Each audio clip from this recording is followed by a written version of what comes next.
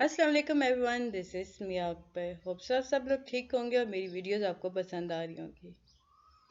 आज ही हम लोग कर रहे हैं स्टैटिक्स 301 का लेक्चर नंबर 1। इंशाअल्लाह ताला इसके मैं आपको फुल 45 लेक्चर्स करवाऊंगी। हम टू द पॉइंट बात करेंगे, काफ़ी मतलब पेपर रिलेटेड बात करेंगे।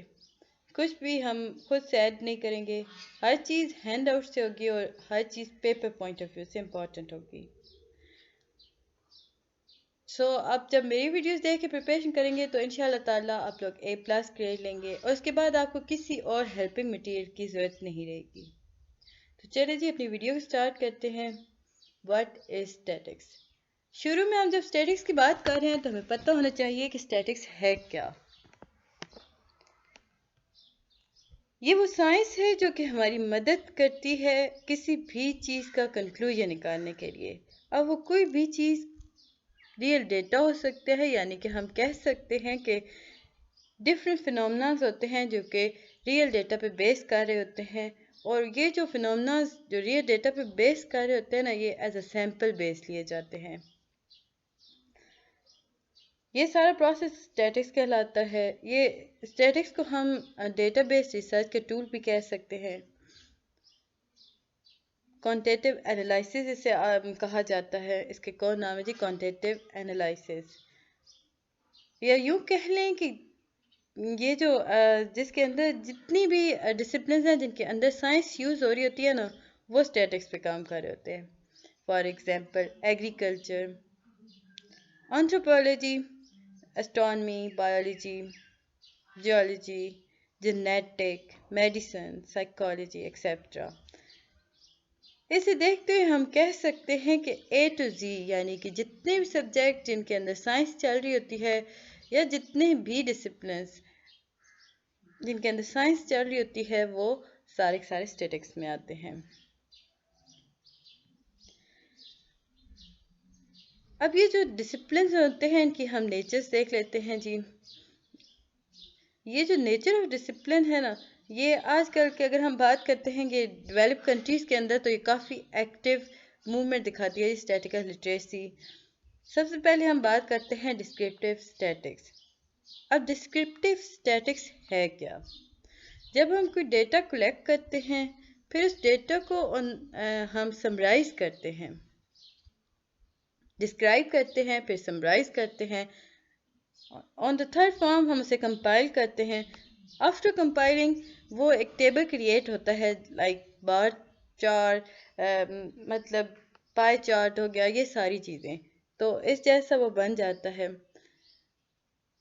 डिस्क्रिप्टिव स्टेटस के बाद जो डेटा होता है ना, वो प्रोबेबिलिटी के अंदर जाता है। अब प्रोबेबिलिटी है क्या? मुख्तलिफ इम्कानात, यानी कि different assumption about any data, probability कहलाता है। फिर वो जी मज़ीद बेहतर फॉर्म में आता है, वो होता है इन्फ्रेंशियल स्टैटिक्स। इन्फ्रेंशियल स्टैटिक्स है क्या? जब हम इन्फ्रेंशियल स्टैटिक्स की बात कर रहे हैं तो हम देखते हैं कि स्टैटिक्स के अंदर जो हम एस्टिमेट करते हैं ना, किसी भी चीज़ को प्रिडिक्ट कर रहे होते हैं। फॉर एग्जांपल अगर हम पॉपुलेशन की बात कर रहे हैं, बेसिकली स्टैटिक्स के अंदर हम काफ़ी ज़्यादा पॉपुलेशन को पढ़ेंगे। हमने बात की थी क्वालिटेटिव, तो क्वालिटेटिव के अंदर क्वांटिटेटिव एनालिसिस है जी ये। तो क्वांटिटेटिव के अंदर हम लोग बात करते हैं नंबर्स की। तो अगर हम पॉपुलेशन की बात करते हैं ना, तो उस पॉपुलेशन के एक एस्टिमेट या प्रिडिक्शन के कितनी लार्ज पॉपुलेशन एक एरिया में है, इस सारी चीज़ को हम इन्फ्रेंशियल स्टैटिक्स कहते हैं। पॉपुलेशन बेसिकली है क्या चीज़? It is a collection of individuals, item or data under consideration in a statistical study. अगर हम स्टैटिकल स्टडी की बात करते हैं तो हम देखते हैं कि उसके अंदर जितनी भी कलेक्शन ऑफ इंडिविजुअल्स हो रही होती है, आइटम हो गई, डिफरेंट डेटास की हो गई, तो ये जो कलेक्शन होती है ये पॉपुलेशन कहलाती है। शुरू में हमने बात की थी real data on the basis of sample या सैंपल बेसिस। तो सैंपल है क्या? ये वो हिस्सा है पॉपुलेशन का या किसी भी डेटा का जिसके ऊपर इंफॉर्मेशन सेव की जाती है एज अ सैंपल। इस सारी चीज़ को मतलब एक हिस्सा जिसकी इंफॉर्मेशन गैदर की जा रही होती है, इकट्ठी की जा रही होती है एक ख़ास हिस्से की, उसे हम एज अ सैंपल लेते हैं। फॉर एग्जांपल एक कॉलोनी हम लोगों ने एक रिसर्चर्स ने रखी रिसर्च करने के लिए, उसमें उन्होंने अंदाज़ा लगाया कि 6 घर हैं, अगली कॉलोनी में 6 हैं। फिर उन्होंने देखा कि एवरेज उन घरों में कितने इंसान रहते हैं। फिर उस अकॉर्डिंग उन्होंने अंदाज़ा लगाया कि अब वो जिस चीज़ का उन्होंने एवरेज निकाली थी ना, वो सैंपल था। अंदाज़ा लगाया कि अगले 6 घरों में इतने ही अफराद रह सकते हैं, क्योंकि उन्होंने एवरेज निकाली थी। अब हम चलते हैं जी प्रॉपर डेफिनेशन ऑफ स्टैटिक्स पर। प्रॉपर डेफिनेशन ऑफ स्टैटिक्स पे जाने से पहले हमें इसका बैकग्राउंड पता होना चाहिए। स्टैटिक्स बेसिकली लातीनी ज़ुबान का लफ्ज़ है स्टेटस, यानी कि लातीनी ज़ुबान के लफ्ज़ स्टेटस से निकला है स्टेटस। अब स्टैटिक्स में या स्टेटस का मतलब क्या हुआ? देखें, स्टेटस का मतलब होता है पॉलिटिकल स्टेट। इसका मतलब ये हुआ कि हर वो इंफॉर्मेशन जो कि यूजफुल थी ना स्टेट के लिए, वो सारी सारी स्टैटिक्स में आ गई। For example about the size of population, size of arm forces. अब इस बात को देखते हुए हमारे पास 3 डेफिनेशंस आ गई। पहली डेफिनेशन में हम बात करते हैं कि स्टैटिक्स जो है वो न्यूमेरिकल फैक्ट्स को अरेंज करने को कहा जाता है, यानी कि in the first place, in the first definition, the word statics refer to numerical facts systematically arranged. इस सेंस में अगर हम स्टैटिक्स की बात करें तो ये एज ए प्लूरल यूज होगा। फॉर एग्जांपल मुख्तलिफ प्राइसेस का स्टैटिक्स हो गया, यानी कि अंदाज़ा हो गया रोड एक्सीडेंट कितने हुए थे। अब ये जो एक्सीडेंट प्राइसेस होती हैं ये कलेक्ट होती हैं in the form of numeric, यानी कि नंबरिंग के अंदर होती हैं। कभी भी आप ऐसे नहीं लिख सकते कि मुख्तलिफ प्राइसेस हैं, वो एक प्राइस है उसकी वैल्यू ए है। आप हमेशा लिखेंगे एक प्राइस है उसकी वैल्यू 10 है, 20 है, 30 है, so on the number basis. अब सेकंड डेफिनेशन अगर हम देखते हैं तो उसमें हम बात करते हैं कि it is defined as a discipline that includes procedure and technique used to collect, process, and analyze numerical data to make inference and to research decision in the face of uncertainty. Second definition के बाद हमें पता ये चलता है कि ये एक डिसिप्लिन है जो कि यूज़ करता है किया जाता है, जिसके अंदर हम डिफरेंट प्रोसीजर्स यूज़ करते हैं, डिफरेंट टेक्निक्स यूज़ करते हैं। किस चीज़ के लिए? किसी भी डेटा को प्रोसेस और एनालाइज करने के लिए। जब वो प्रोसेस और एनालाइज होता है तो उसके बाद वो डेटा हमारे सामने एज इन्फ्रेंस आता है। फिर हम कंक्लूड करते हैं। याद रखिएगा एक और इम्पॉर्टेंट बात यहाँ पे ये थी कि कुछ भी स्टैटिक्स के अंदर जो भी कंक्लूजन होता है वो हकीकत पे मबनी नहीं होता, यानी कि उसमें गलती के चांसेस होते हैं, क्योंकि वो फैक्ट्स प्रोबेबिलिटी के बारे में बात कर रहा होता है।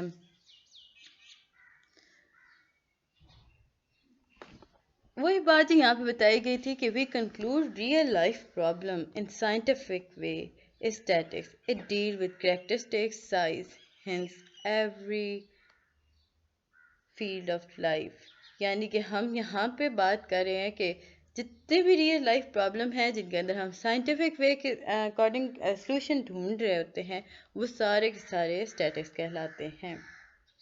अच्छा, यहाँ पे एक इम्पॉर्टेंट था डेटा के हम लोग थोड़ा सा देख लेते हैं, आगे चल के इंशाल्लाह ताला मैं आपको कंप्लीट इसका बता दूंगी, बट यहाँ पे हम कॉन्सेप्ट क्लियर करें। डेटा जो है वो भी लातीनी ज़ुबान का लफ्ज़ है, यानी कि data is a Latin word. इसका मतलब क्या हुआ? For those that are given. इसका सिंगल फॉर्म है डेटा का डेटम। डेटा जो होता है ना वो किसी भी कंक्लूजन के रिजल्ट पे हमारे सामने आता है, यानी रिटन फॉर्म में जो चीज़ कलेक्ट होती है उसे हम डेटा कहते हैं। फॉर एग्जांपल आप जब पेपर दे रहे हैं तो उसमें कितने करेक्ट और कितने अनकरेक्ट आंसर हैं in the end of result in the end of the paper जब टीचर चेक करता है तो वो जो चीज़ रिकॉर्ड करता है ना उसे हम डेटा कहते हैं। इसके बाद ही थर्ड हमारे पास डेफिनेशन आती है। स्टैटिक्स जो होता है वो न्यूमेरिकल क्वांटिटीज़ को कैलकुलेट करता है on the basis of sample observation. जो सिंगल क्वांटिटी होती है ना जो कलेक्ट की जाती है उसे स्टैटिक्स कहा जाता है। यानी कि ऑब्जर्वेशन बेसिस पे जो क्वांटिटी को कलेक्ट किया जाता है ये न्यूमेरिकल क्वांटिटीज़ को, उसे हम स्टैटिक्स कहते हैं। तो आप अगर डेफिनेशन लिखना चाहें तो ये एक बेहतरीन डेफिनेशन थी इसकी, यानी कि इसमें हर चीज़ आ जाती है इन द सेकेंड प्लेस। ये डेफिनेशन आप इन तीनों में से किसी एक डेफिनेशन को लिख सकते हैं। इसके बाद ही हम बात करते हैं कैरेक्टरिस्टिक्स की। स्टैटिक्स की कैरेक्टरिस्टिक्स क्या हैं? तो स्टैटिक्स की जी ये इसमें हम लोगों ने कोई 3 लिखने थे, ज़्यादातर आप लोगों के पास ये 3 ही थे। Statistics deal with behavior of aggregates or a large group of data. Statistics जो होता है वो large group of data के ऊपर काम करता है। ये statistics जो होता है ये डील करता है with aggregate of observation of a same kind rather than isolated figure. अब इस बात का क्या मतलब था? क्योंकि ये आप लोगों को डिस्कस भी करना था बहुत सारे पेपर्स में। तो जो स्टैटिक्स होता है ना, अगर हम आइसोलेटेड फिगर की बात कर रहे हैं तो हम कहेंगे कि किसी भी क्लास, फॉर इंस्टेंस या फॉर एग्जांपल हम एक क्लास को लेते हैं, उसे आइसोलेटेड फिगर बना देते हैं, तो इसके अंदर मुख्तलिफ बच्चे होते हैं। अब वो जो उनके अंदर वेरी कर रहा होता है ना, different IQ levels, height, size, तो ये सारा स्टैटिक्स इनके साथ काम करता है या डील करता है इनके साथ। अब वो ऑब्जर्व करेगा कि कोई बच्चा होगा जिसकी हाइट टॉल होगी, कोई मीडियम पे होगा, कोई शॉर्ट पे होगा, किसी का IQ लेवल तेज होगा, कोई बिल्कुल नॉर्मल होगा, कोई बिल्कुल ही कम IQ लेवल का मालिक होगा। इसके बाद जी स्टैटिक्स जो है वो अनसर्टेनिटीज के बारे में बात करता है ऑब्जर्वेशन को लेकर। जब हम कंट्रोल अनकंट्रोल्ड ऑब्जर्वेशन देखते हैं तो नतीजे हमारे पास मुख्तलिफ आते हैं। अगर हम किसी एक चीज़ को टेस्ट कर रहे हैं तो जब हम उसका कंट्रोल फॉर्म देखेंगे तो रिजल्ट डिफरेंट होगा, अनकंट्रोल फॉर्म में देखेंगे तो रिजल्ट मजीद डिफरेंट होगा। तो ये था जी स्टैटिक कैरेक्टरिस्टिक्स। अब हम चलते हैं इसके काम के तरीके की तरफ। स्टैटिक्स जो होता है ना वो असिस्ट करता है लार्जर सेट ऑफ डेटा को, यानी कि ये काम करता है लार्जर सेट ऑफ डेटा के ऊपर और उसे आसान बना देता है कि ताकि हम आसानी से समझ सकें। ये एफिशिएंट डिज़ाइन ऑफ लेबॉर्ट्री और field experiment as well as survey. Statics के बदौलत हम बेहतर काम कर सकते हैं फील्ड सर्विस पर, फील्ड एक्सपेरिमेंट्स पर, लाइक सर्वेज, इंटरव्यूज़ और ये सारी चीज़ें। स्टैटिक्स जो होता है वो असिस्ट करता है in sound and effective planning in any field of inquiry. 3 आपने लिखने थे, चौथे को भी कर दिया गया था, बट आपको ये तो बहुत सिंपल था कि स्टैटिक्स जो होते हैं वो असिस्ट करते हैं जनरल कंक्लूजन को ड्रा करने के लिए, प्रिडिक्शन को, डिफरेंट चीज़ों को प्रिडिक्ट करने के लिए कि कितनी चीज़ें, मतलब किस ये बात या कोई भी बात के पीछे मुहरकात क्या थे, वो स्टैटिक्स बताता है। इसके बाद इसमें इम्पोर्टेंट कुछ नहीं था, वही जो बात मैंने आपको डेटा के बारे में बताई थी वो ये लिखी हुई है, the meaning of data, datum और वो सारी चीज़ें। एग्जाम्पल डेटा की अगर हम बात करते हैं तो हम कहेंगे कि data collected in many aspects of life, everyday life. इसके बाद ही हम बात करते हैं statement given to police officer, physician, psychologist during an interview is also a data. तो अब आगे बढ़ते हैं ऑब्जर्वेशन और वेरिएबल्स की तरफ। स्टैटिक्स के अंदर जो ऑब्जर्वेशन होती है ना वो हम वो उस इंफॉर्मेशन को कहते हैं जिसके अंदर हम नंबर्स यूज़ कर रहे होते हैं, यानी कि any sort of numerical recording of information. अब ये फिजिकल मेजरमेंट भी हो सकती है, फॉर एग्जांपल हाइट, वेट, या किसी क्लासिफिकेशन हो सकती है such as head and tell.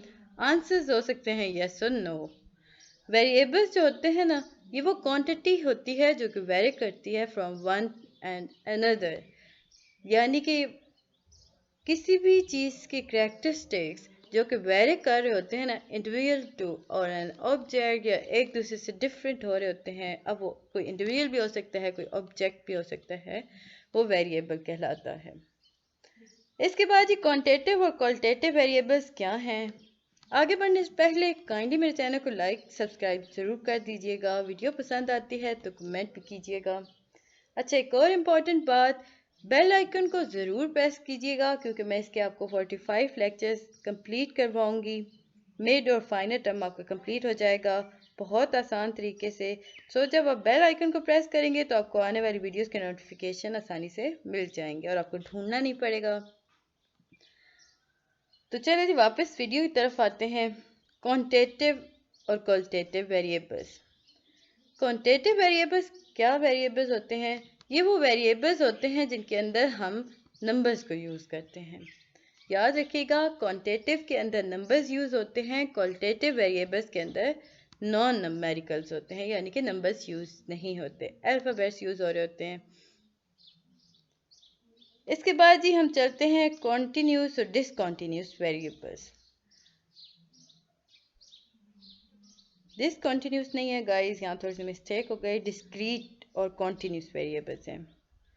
Okay, quantitative जो वेरिएबल्स होते हैं ना वो फर्दर क्लासिफाई होते हैं दो फॉर्म्स के अंदर। First one is discrete variable, second is continuous variable. अब डिस्क्रीट वेरिएबल्स क्या हैं? डिस्क्रीट वेरिएबल्स जो होते हैं ना वो एग्जैक्ट नंबर आपको बताते हैं, ये एक दूसरे से वेरी नहीं कर रहे होते, यानी कि डिफरेंट नहीं होते। On the other hand continuous variables जो होते हैं वो डिफरेंट रिजल्ट देते हैं, यानी कि वो वेरी कर होते हैं एक दूसरे से। अब ये क्यों होता है? देखें, आपके मेजरमेंट इंस्ट्रूमेंट की फॉल्टी होने की वजह से भी ये होता है कॉन्टिन्यूस वेरिएबल्स, या यूँ कह लें कि बेहतर से बेहतरीन मेजरमेंट इंस्ट्रूमेंट अगर आप किसी चीज़ को मेजर करने के लिए यूज़ करें, तो अगर एक आप करें ना उसमें आपको आंसर मिल रहा है 5.6, आप उससे बेहतर मेजरमेंट स्केल को यूज़ करें तो उसमें 5.6.1 हो जाए 5.61 हो जाएगा। तो यूँ डिफरेंट मेजरमेंट टूल या मेजरमेंट स्केल्स के अंदर जो डिफरेंस आ रहा होता है वो कॉन्टिन्यूस वेरिएबल में आता है। इसके बाद ये मेजरमेंट स्केल्स देखते हैं, तो ये तो काफ़ी सिंपल था। इसके 4 स्केल्स होते हैं। मेजरमेंट स्केल्स जो होते हैं ना बेसिकली ये वो इंस्ट्रूमेंट हैं जो यूज़ किए जाते हैं मेजर करने के लिए, किसी भी चीज़ को मेजर करने के लिए, उसके नंबर्स को देखने के लिए। 4 आपने लिखने थे: नॉमिनल स्केल, ऑर्डिनल या रैंकिंग स्केल, इंटरवल स्केल और रेशियो स्केल। अब देखिए जी नॉमिनल स्केल होता क्या है। नॉमिनल स्केल्स में ना हम किसी भी क्वालिटेटिव कैटेगरीज को ना क्लासिफाई कर देते हैं इनटू ग्रुप्स। अब फॉर एग्जांपल हम किसी भी क्लास के अंदर हम बात कर रहे हैं तो मेल और फीमेल दो ग्रुप बना दिए गए, उन्हें नंबर दे दिए गए 1 और 2, तो ये सारे कल नॉमिकल स्केल्स में आते हैं। ऑर्डिनल और रैंकिंग स्केल्स में क्या होता है? देखें, नाम से जाहिर है ये रैंक करता है किसी भी स्केल को, यानी कि किसी भी कैरेक्टरिस्टिक्स को रैंक करता है, ऑर्डर करता है फॉर द मेजरमेंट। अब जो नॉमिनल ऑर्डिनल स्केल्स है ना ये कभी भी आपको constant interval between two values नहीं देंगे। जब हम इंटरवल स्केल्स की बात करते हैं तो ये दो इंटरवल स्केल्स और रेशियो स्केल्स जो होते हैं ये आपको कांस्टेंट वैल्यू देते हैं बिटवीन टू, इंटरवल देते हैं बिटवीन टू वैल्यूज। अब इंटरवल स्केल्स है क्या? इंटरवल स्केल्स जो होता है ना ये एक मेजरिंग स्केल है। इसमें कांस्टेंट इंटरवल साइज बता दिया जाता है, बट यहाँ पर एक इम्पॉर्टेंट बात ये थी कि इंटरवल स्केल के अंदर कोई ज़ीरो ट्रू ज़ीरो नहीं होता। It has no true zero point. For example अब हम जब मेजर कर रहे होते हैं ना टेम्परेचर को, तो हमें पता है या तो वो सेल्सियस में होगा या फ़ारेनहाइट के अंदर होगा। तो इंटरवल स्केल्स ना वो डिफरेंस बताएगा ना कि 20 डिग्री सेंटीग्रेड 68 डिग्री फ़ारेनहाइट। अब वो सेल्सियस सेंटीग्रेड या सेल्सियस सेंटीग्रेड नहीं होता, ये सेल्सियस होता है। 20 डिग्री सेल्सियस होता है, या तो वो 68 फ़ारेनहाइट भी होगा और 20 सेल्सियस भी होगा। इस तरह वो डिफरेंस बता रहा होता है कि 5 डिग्री सेल्सियस है। अगर फ़ारेनहाइट में हम बात करें तो 41 फ़ारेनहाइट है, डिग्री फ़ारेनहाइट चल रहा है, तो वो वेरी कर रहा होता है। रेशियो स्केल के अंदर ये एक special kind of interval scale होता है। इसके अंदर 0 मीन 0, यानी कि ये ट्रू 0 पॉइंट्स को बताता है। अगर वो फॉर एग्जांपल वेट को मेजर कर रहा है तो वो बताएगा कि इस आदमी का 60 kg वेट है। वो कभी ये नहीं कहेगा कि 60.1 kg है। दूसरे मेजरिंग स्केल पे खड़ा होगा आदमी तो वो कहेगा 60.12 है। तो ऐसा कुछ भी नहीं होना। एरर ऑफ मेजरमेंट देखते हैं तो जब हम कॉन्टीन्यूस और वेरिएबल्स की बात कर रहे होते हैं ना, ये जो कॉन्टीन्यूस वेरिएबल्स होते हैं कभी भी परफेक्ट फिटनेस नहीं बताते, यानी परफेक्ट कंक्लूजन नहीं देते। देखें, मेथड ऑफ मेजरमेंट चेंज हो सकते हैं, इंस्ट्रूमेंट मुख्तलिफ यूज़ किए जा सकते हैं, प्रैक्टिस डिफरेंट होती हैं, हैबिट्स डिफरेंट होती हैं, सो काफ़ी एरर्स आते हैं। अब फॉर एग्जांपल एक इंसान है, उसकी वज़न वही 60 kg है, लेकिन जैसे ही वो एक और बेहतर मशीन की तरफ बढ़ेगा तो 60.0 नहीं गाइस, थोड़ा सा यहाँ मिसअंडरस्टैंडिंग हो गई। 60 kg है ना, तो इसका मतलब क्या हुआ? इसका मतलब ये हुआ कि उस इंसान का वज़न 59.5 kg से लेकर 60.5 kg के दरमियान में है। यानी कि वो बता रहा है कि इसके दरमियान एग्जिस्ट कर रहा है, एग्जैक्ट पॉइंट नहीं बता रहा। तो ये फिनोमेना जी हमें एरर बताता है, एरर ऑफ मेजरमेंट। बाकी इसमें पेपर रिलेटेड कुछ इंपॉर्टेंट नहीं था। तो चलें जी, चलते हैं ब्यास्ड और रैंडम एरर की तरफ। अब ब्यास्ड एरर कौन से होते हैं? ब्यास्ड नहीं तो बाइस्ड एरर कौन से होते हैं, वो मैं बोल के वो क्यों। बाइस्ड एरर जो होते हैं ना, इनके अंदर फॉल्टी इंस्ट्रूमेंट यूज़ किए जाते हैं और ये जो इंस्ट्रूमेंट्स होते हैं ना, ये इंटेंशनली होते हैं, यानी कि आपको पता होता है कि आपका इंस्ट्रूमेंट गलत है, तो वो ये बाइस्ड एरर के अंदर यूज़ किए जाते हैं। रैंडम एरर की अगर हम बात करते हैं तो ये चांस एरर होते हैं, एक्सीडेंटल एरर्स होते हैं, ये खुद ब खुद आ जाते हैं, इसका आप कुछ नहीं कह सकते। तो ये थी जी वीडियो, उम्मीद है मुझे कि आपको पसंद आई होगी। मिलते हैं नेक्स्ट वीडियो में, तब तक के लिए अल्लाह हाफिज़।